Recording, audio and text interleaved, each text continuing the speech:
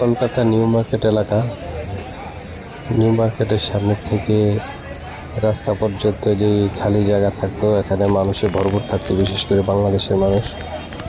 এখন বাংলাদেশের মানুষও কম, এদেশের মানুষ কম।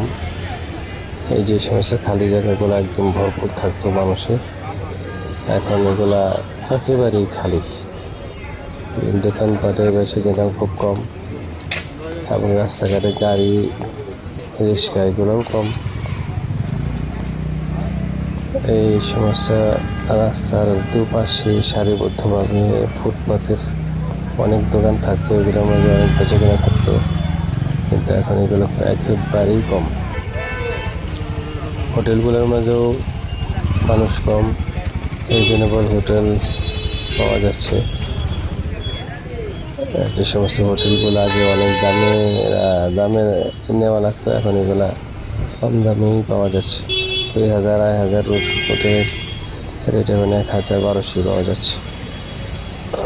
দোকানপাটেও ভিড় কম, রাস্তাঘাটেও কম,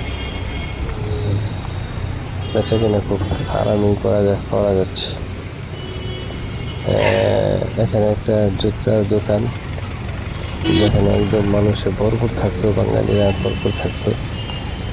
এই জুতার দোকানে অনেকজন কম, মানুষ একেবারেই নাই বললেই চলে। তবে টুরিস্ট বিষয় ছেড়ে দিছে, হতে পারে